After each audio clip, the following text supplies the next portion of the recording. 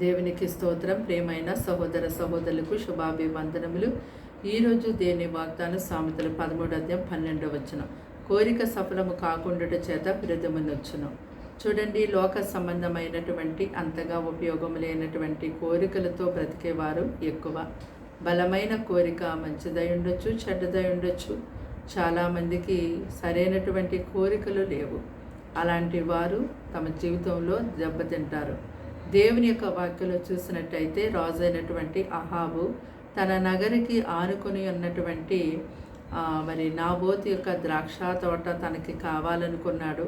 నాబోతును పిలిచి, నీ యొక్క ద్రాక్ష తోటను నాకు క్రయమునకైనా అమ్ము, లేకపోతే ఇంతకంటే మంచిదైనటువంటి మరి యొక్క ద్రాక్ష తోట వేరొక చోట నీకు ఇస్తాను అని చెప్పినప్పుడు ఎంత మాత్రం కూడా నాబోతు అంగీకరించలేదు.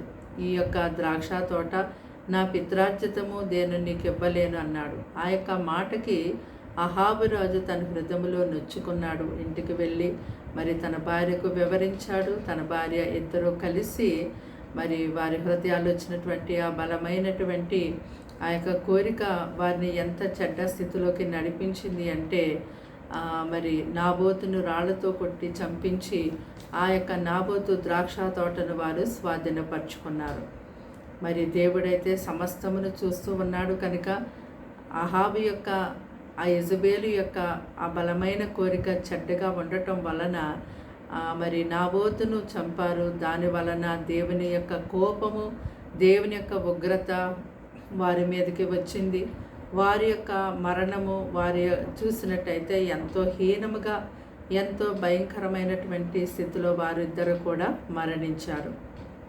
అలాగుననే మీకు వస్తున్నటువంటి బలమైనటువంటి ఆ కోరిక మంచిదా చెడ్డదా అని ఆలోచన చేసుకునేవారిగా ఉండాలి. ఒకవేళ మంచిదైతే దేవుడు ఆ యొక్క కోరికను సఫలము చేస్తారు. ఆ యొక్క కోరికను సఫలము చేయటం ద్వారా నీకు మేలు కలుగుతుంది, ఇతరులకు కూడా మేలుకరంగా ఉంటుంది. ఒకవేళ నీకు వచ్చినటువంటి బలమైన కోరిక చెడ్డది అయితే అది నీ ఇతరులకు నష్టం కలిగచేసి నీకు సంతోషాన్ని కలిగచేసేదిగా ఉన్నట్టయితే దేవుని యొక్క కోపము, దేవుని యొక్క ఉగ్రత తప్పకుండా మీ మీదకి వస్తుందని దేవుడి వాక్యం ద్వారా మనతో మాట్లాడారు.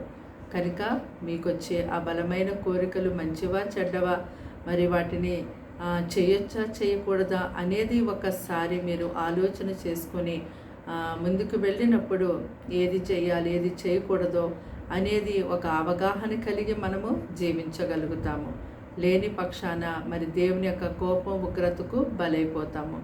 ప్రార్థన. దేవానికి వందనాలు, స్తోత్రాలు, స్తుతులు తండ్రి. మాటలు వింటున్నాను బిడ్డలు మీ రక్తంతో కడిగి ముట్టి పరిశుద్ధపరిచి భద్రపరచండి. ఆయుష్ ఆరోగ్యం తండ్రి దినమంతా నీ సన్నిధి వారి చుట్టూ వారి కుటుంబాల చుట్టూ ఉంచండి. కీడు శోధన అపాయాల నుంచి తప్పించండి. బలమైన పరిశుద్ధ ఆత్మతోని ప్రజలు నింపి ఆశీర్వదించమని సమస్తానికి అప్పగిస్తూ యేసు నామములో ప్రార్థన సమర్పించండి వేడుకుంటున్నాం తండ్రి. ఆమేన్.